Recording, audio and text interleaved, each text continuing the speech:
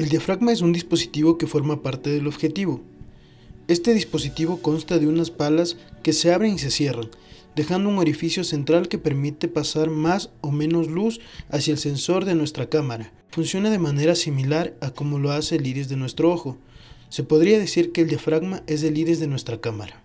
Es importante que tengas claro que el diafragma está dentro de nuestro objetivo, no del cuerpo de la cámara. Por eso, dependiendo del objetivo que uno use, podremos tener un diafragma mínimo y máximo diferente. La apertura de diafragma normalmente aparece representada por un número llamado número F.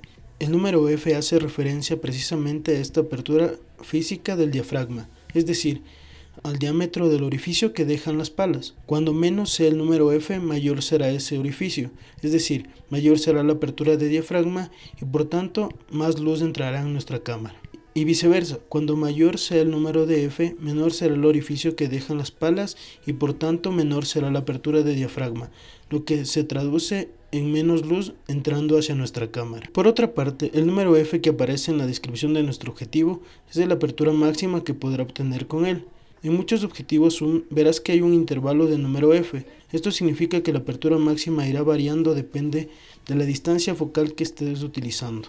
Cuando se dice un objetivo es muy luminoso, lo que se está indicando es que su apertura de diafragma máxima es muy grande, por ejemplo, a partir del f2.8.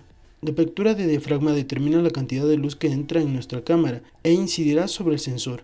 Por eso es uno de los tres pilares básicos que forman el triángulo de la exposición: velocidad de obturación, ISO, apertura de diafragma. La apertura de diafragma está distribuida en pasos o f-stops. Los pasos de diafragma no siguen una secuencia lineal, se refiere directamente al tamaño de la apertura del orificio que dejan las palas. Así pues, encontramos que la lista de los pasos completos de diafragma es f1.4, f2, f2.8, f4, f5.6, f8, f11, f16 y f22. De un paso a otro dejaremos pasar exactamente el doble o la mitad de luz del anterior. Se suele decir entonces que abrimos o cerramos un paso de diafragma. Sin embargo, se habrá visto otros números de F diferentes de los que hemos dicho. Eso es porque en la mayoría de las cámaras puedes tener 2 a 3 pasos intermedios entre los pasos de diafragma habituales, que te ayudarán a manejar la exposición con mayor precisión. Son conocidos como medios o tercios, y puedes activarlos o desactivarlos a través del menú de la cámara.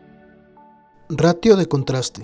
Es la relación que existe entre la iluminación de la luz principal con la luz de relleno. La luz principal es la que nos indica el diafragma que se debe utilizar y la luz de relleno es una luz un poco menos intensa según el contraste que se le quiera dar. La relación de contraste es una técnica imprescindible para lograr una exposición correcta al momento de tomar fotografías, videos.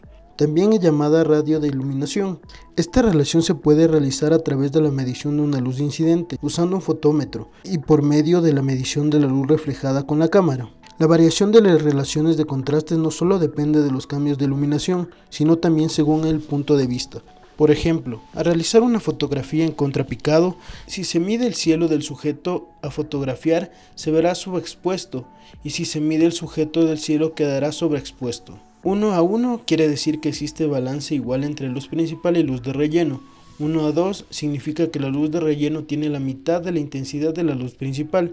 Y 1 a 4 quiere decir que la luz de relleno es 4 veces inferior a la luz principal. Además, existe otra manera de realizar esta medición de la relación de contrastes. Se trata de apagar primero la luz principal o de relleno y se mide con el fotómetro y luego se realiza el mismo procedimiento con la otra luz. No se obtiene la medición exacta, pero es efectivo al utilizar luz continua.